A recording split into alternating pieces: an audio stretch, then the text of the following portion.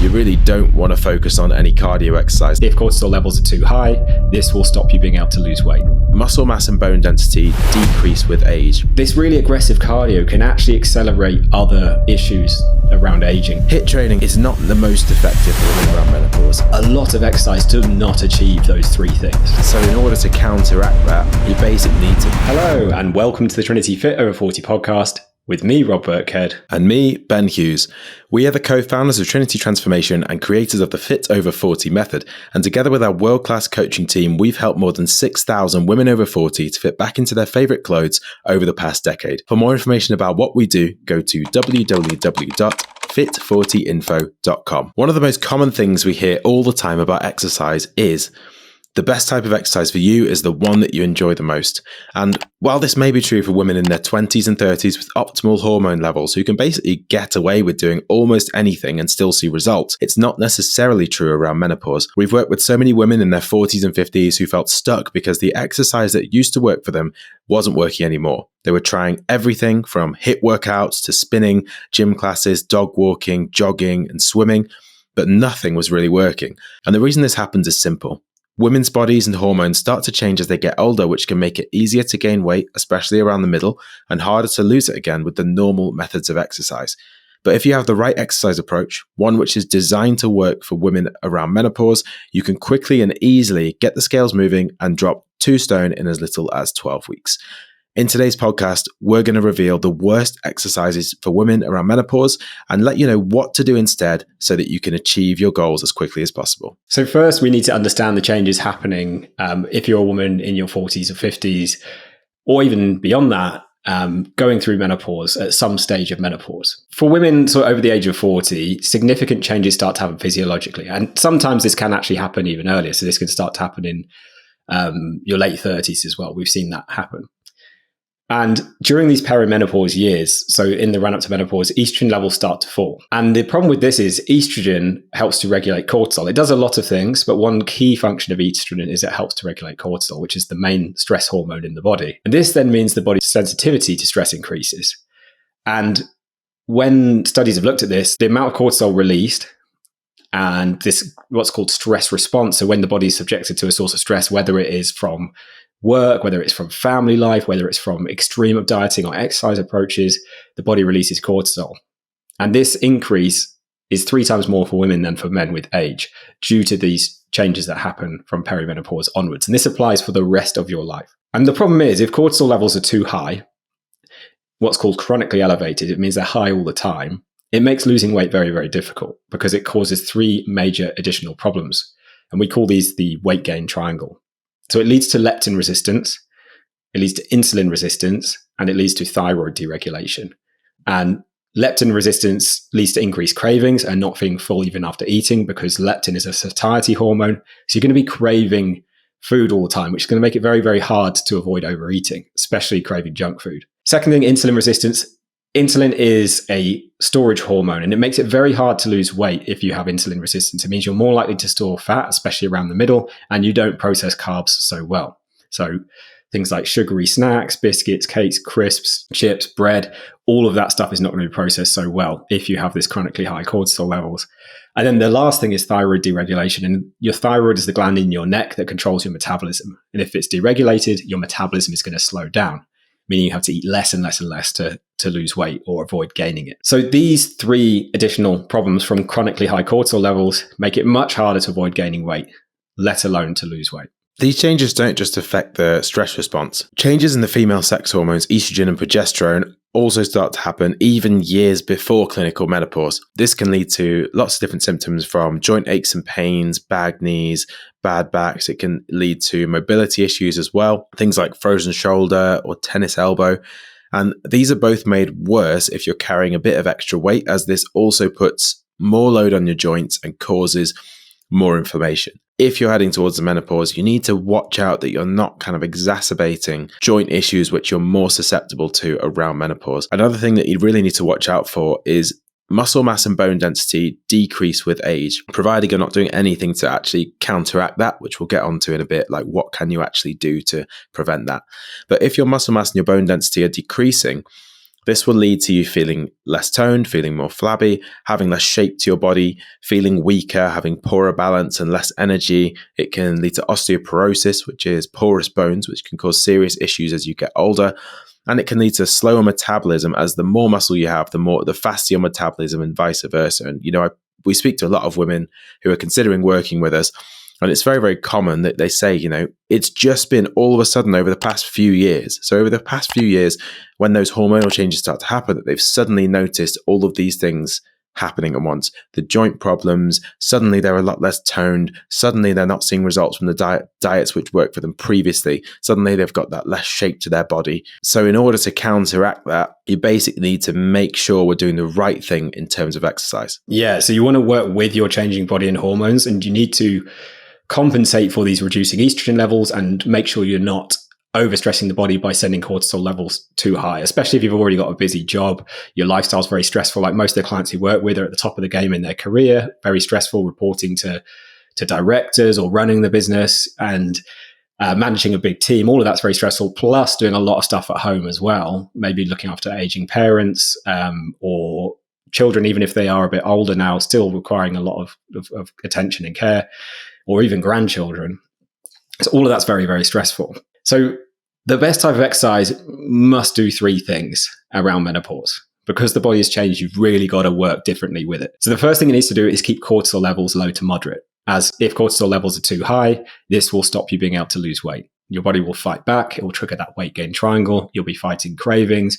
Your metabolism will slow down due to thyroid deregulation, and you'll be more likely to store fat around the middle and have that insulin resistance. Second thing, it must not overload the joints. Because as you've said, Ben, if you're carrying extra weight and your estrogen levels lower, estrogen is a natural anti-inflammatory, you will have a lot of joint aches and pains. So it needs to be very gentle on the joints, as otherwise it will lead to injury and it will lead to having to give up, and it will just be very unpleasant.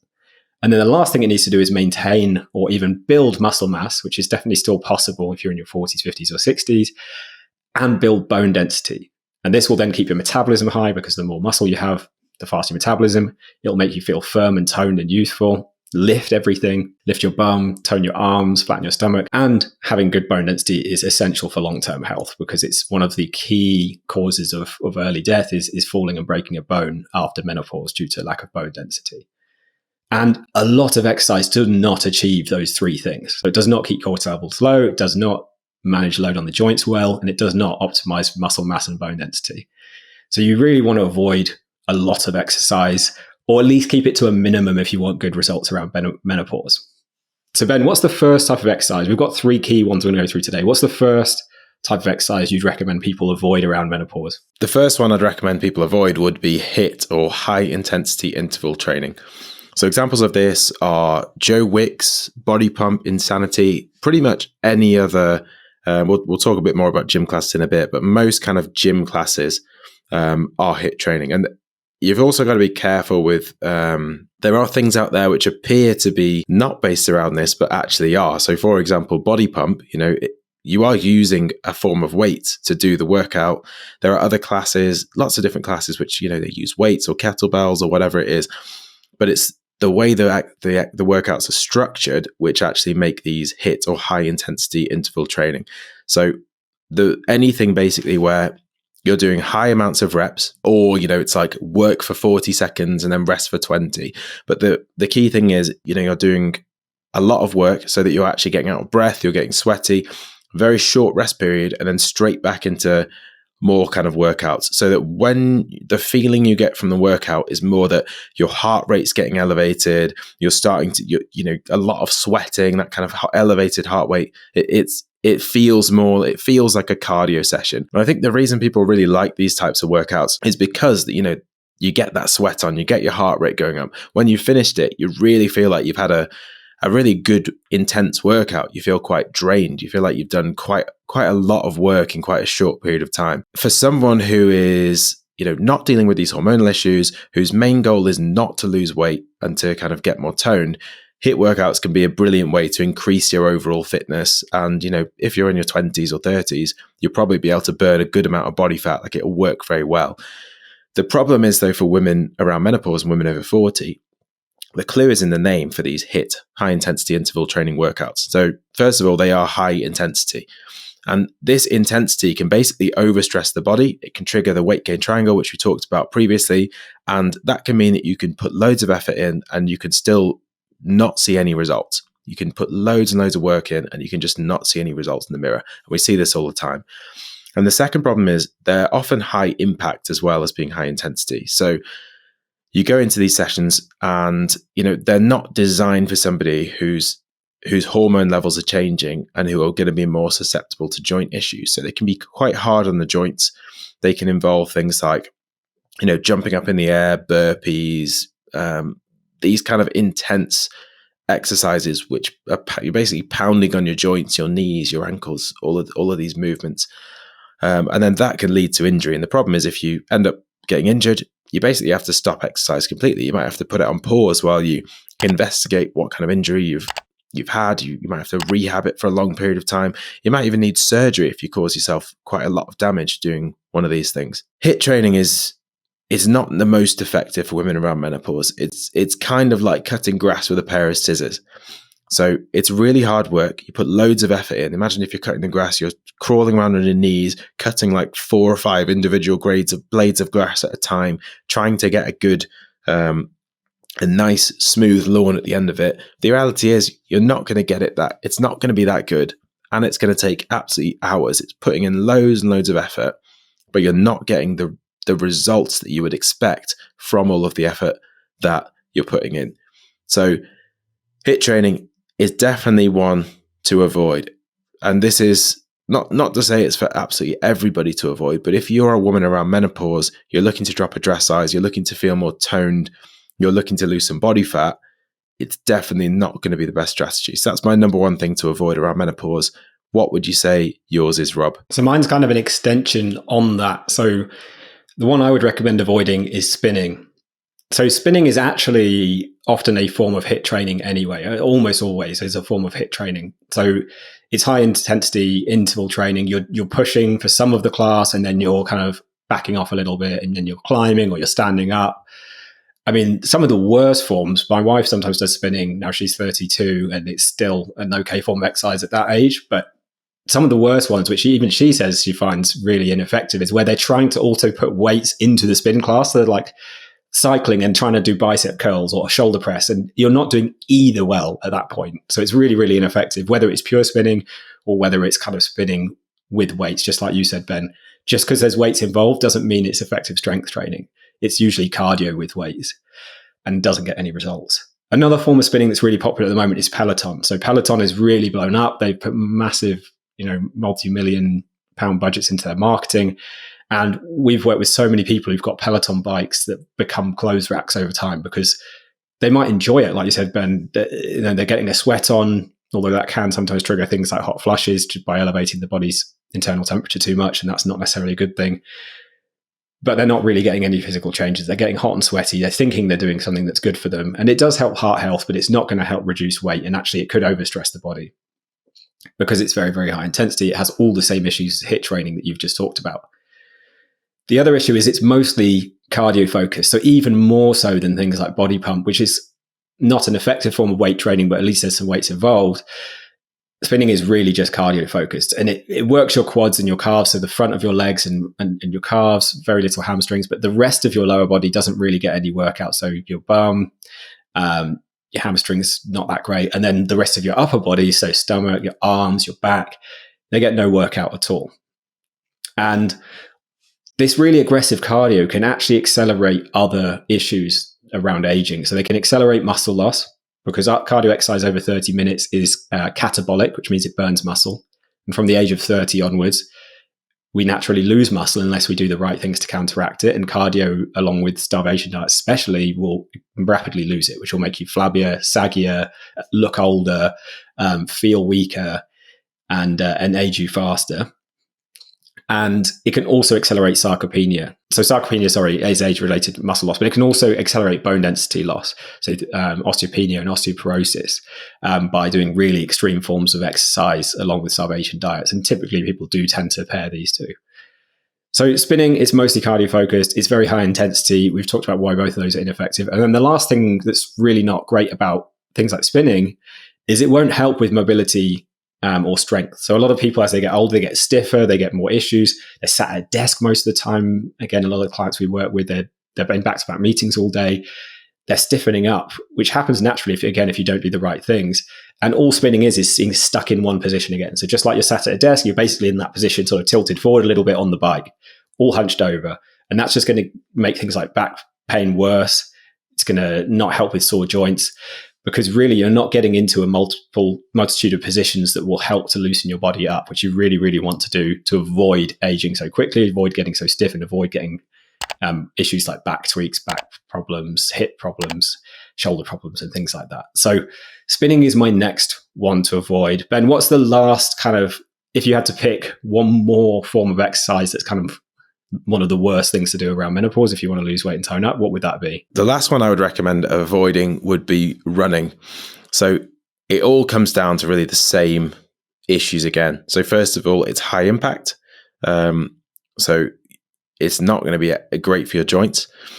Secondly, it's high intensity, especially if you're carrying extra weight, as in, you're going to really elevate your heart rate if you go for a run, which, it's pretty good for your heart health. Or if your goal is to be good at running, then I would recommend you go out running. But if your goal is to reduce excess weight, it's not going to be good, again, because it will trigger that weight gain triangle that we've talked about. And it will mean that you could put loads of effort in and you still might see, you're not going to see the return for that investment of time and effort that you've put in. Running is also 100% cardio focused. So what that will actually do is it will accelerate that age-related muscle loss that we've talked about before. It will lead to kind of a cardio body. So like basically saggy bum, saggy arms, no tone or definition. Your muscle mass will be reducing, whilst your body, you might not even be losing any body fat. So your body is becoming higher, more of your body. Even if your weight goes down, your body might become more body, like you've got a higher percentage of body fat in your body than you did before. So you feel softer, you feel even more flabbier, you feel less toned. And if people only run, it can also cause a lot of problems. So if you don't, like, running can be good if for somebody who's kind of done all of the, it's one of those things where you need to do quite a lot of work around it in order to avoid potential issues. So you'll see in people who tend to run a lot, usually you start speaking to them and they'll start telling you they've got a bad knee, bad hip, maybe they've got a hamstring tweak, maybe they've got ankle injuries, plantar fasciitis, shin splint. There's a lot of injuries that people pick up running, because in order to be able to run a long distance, your body's got to be conditioned to this. And I think, probably when humans used to be more hunter-gatherers, you'd probably be running all of the time, running like barefoot from a very young age. Your body would be conditioned to run. But we often find that for people get into running having spent a lot of time just kind of out of the routine of exercise, sat at a desk for like 10, 15 years maybe since they last ran, and they just simply don't have the core strength needed, the muscle strength needed. Their body is not conditioned to doing running. So then if they suddenly jump into running, it can then lead to them having back problems. It's also very hard on the joints. So every time you strike down and land on your foot when you're running, you're putting 4 to 7 times your body weight through your knees. And if you're carrying around 12 stone, it's the equivalent of carrying a grand piano for your knees. So it's like picking up a grand piano and then just standing on one leg, holding a grand piano, which, as you can imagine, is a lot of force going through one of your knees. Like spinning, it also doesn't help with mobility or strength. So you're kind of stuck in one position for the entire time. You're moving your legs back and forwards and your arms, but you're not really moving them through their full range of motion. So if you have tight hips or a bad back, this will only make it worse as well. I mean, you may have noticed before, if you go out and you do a cardio session or any kind of exercise, after that exercise, your body will tend to be a bit sort of tighter. That's why people recommend, do a few stretches after you work out. But the reality is, busy people that we may work with, often the first thing to get skipped is doing those stretches after the running or doing the conditioning work that you would need to do to be able to run pain-free.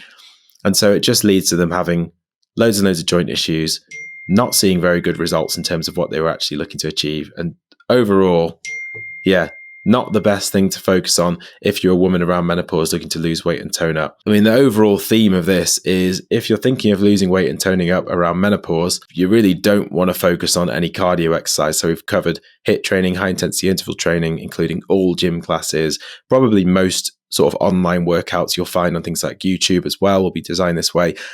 spinning and running. And I think the reason people make workouts like this in the first place, it's not like people are just plotting against women around menopause to try and mean that they can't see the results they're after. It's just that doing a workout as a gym class or a spin class and like adding in all these sort of fun elements, it does make it probably more fun and more sort of interesting to follow. But you've got to kind of separate, are you trying to exercise to have fun, or are you trying to exercise to achieve your goals, to lose body fat, to be fitter and healthier, to feel better in your clothes? Yeah, very well said. So those are the three worst workouts to do around menopause: HIIT training, spinning, and running. So what is actually best? So in our experience, low impact strength training, or what we like to call LIST training, so LIST, is by far the most effective training for women over 40. So this involves basically slow, controlled movements with body weight or moderate weight. And that's where it differs from these other things we've covered, like gym classes, is that it's about slow, controlled movements. So you might only be lifting a weight and putting it back down 10 times. It might be 8 times, 10 times, 12 times. It's keeping the repetitions low, but moving a bit more weight with your body.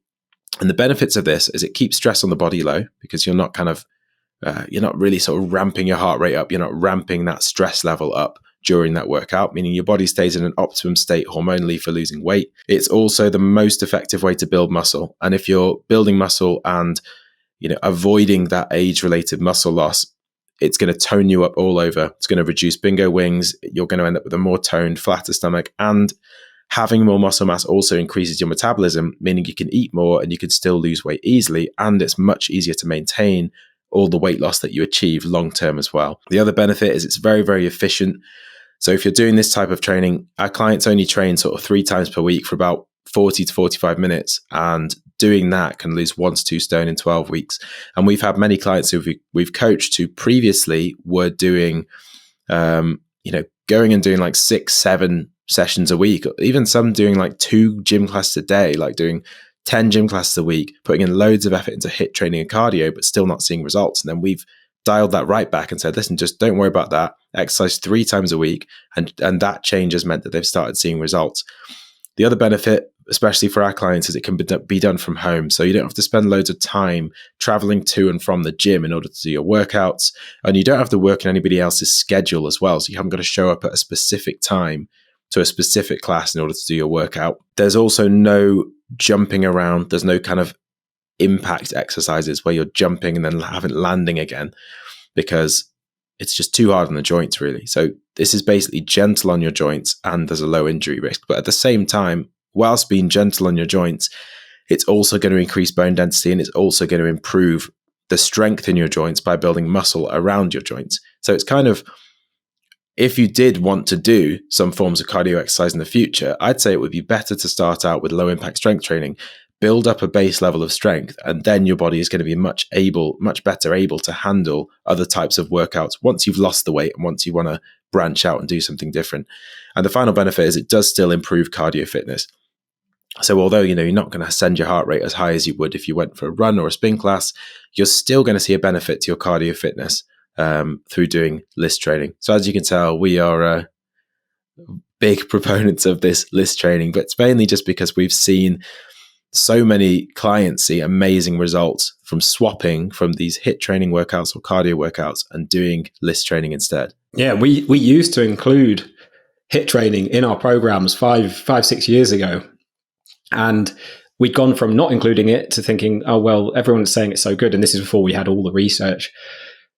So we thought we better include it. And then we saw people got worse results, and people started reporting back saying, I'm gaining more belly fat. I'm actually going backwards. I'm not feeling as good as I did.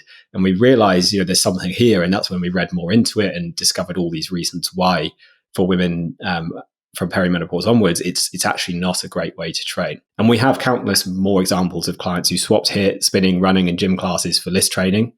And their body shape changed dramatically. They lost significant amount of weight and found it much easier to maintain it. And I've got one example for you today. So this is from one of our clients, Sue. So Sue, age 54, menopausal. And she said, I was a size 12. So this is when she joined. I was over 10 stone. And bear in mind, Sue's not tall. So that was heavy for her. And she said, I was a size 12, over 10 stone, and felt bloated, unhealthy, and lethargic. I wore baggy clothes to hide lumps and bumps. In general, I was unhappy with how I looked and losing my zest for life. When I felt bored or unhappy, I'd open wine at the end of the week to cheer myself up, and that was then followed by crisps and chocolate. I tried Slimming World, Weight Watchers, Slim Fast, and Scottish Slimmers. I went to the gym 4 times a week, and although I was quite fit, none of the exercise classes were making a difference to my body shape. I thought the program was expensive for something which was an online tool, but the results and reviews made me think it was worth a go. My 3 biggest wins so far. Number 1, mindset. This has helped me so much. It was the reasons behind why I was reaching for the wine and chocolate that was causing all the issues, and I don't have that now. Secondly, even when I've gone off track, I don't give up. My coach is there to get me focused again.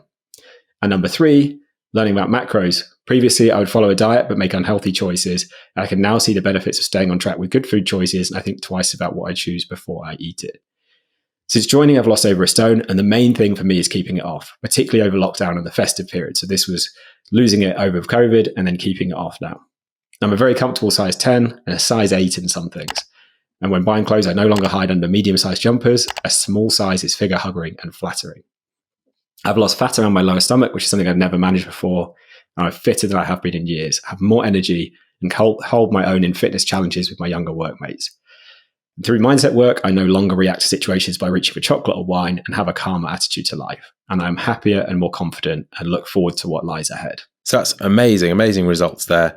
And if you want to find out more about the plan that Sue followed, along with thousands of other women who lost 1 to 2 stone or 1 to 2 dress sizes in 12 weeks or less, head over to www.fit40info.com and you can find all of the details on that page. So that just about wraps up for today's podcast. Thank you so much for joining us. We'll catch you next week for another episode. We will see you then.